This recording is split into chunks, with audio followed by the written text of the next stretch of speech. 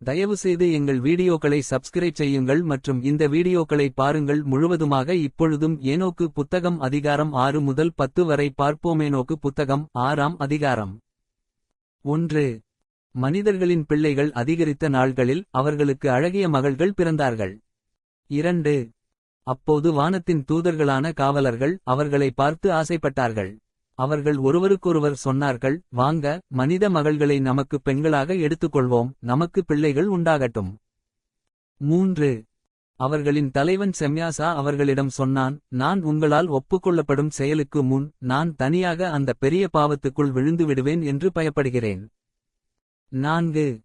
அவர்கள் அவனுக்கு பதிலாகச் சொன்னார்கள், நாம் எல்லாரும் ஒன்றுபட்டு சத்தியம் பண்ணுவோம், இந்த காரியத்தை ஒருபோதும் கைவிடமாட்டோம் என்று உறுதி கொடுப்போம். 5. அவர்கள் எல்லாரும் சத்தியம் செய்து ஒருமித்தமாக தங்களுக்குள் உறுதியான உடன்படிக்கையை வைத்தார்கள். 6. அவர்கள் 200 பேர் அர்திஸ் மலை மீது இறங்கினார்கள்.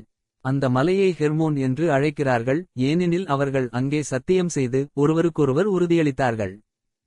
7. அந்த தலைவர்களின் பெயர்கள்: செம்யாசா தலைவன், அராக்கிபா, ராமேல், கோக்ஃபீல், தம்யேல், ரம்யேல், டானியேல், ஏசேகியேல், பராக்கியேல், ஆசாயேல், ஆர்மரோஸ், பட்ரியேல், அனனேல், சாகேல், சாம்சவேல், சதரேல், தூரேல், யோமேல், சரியேல். ஏனோக்கு புத்தகம் 7ஆம் அதிகாரம். 1. அவர்கள் மகள்களை தங்களுக்கு எடுத்தார்கள், ஒவ்வொருவரும் தங்களுக்கு பெண்களை தேர்ந்தெடுத்தார்கள்.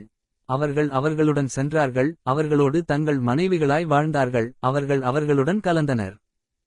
2. அவர்கள் அவர்களை கர்ப்பமாக்கினார்கள், அவர்களால் பிறந்த பிள்ளைகள் பிரம்மாண்டமான பெருமக்களாயிரு.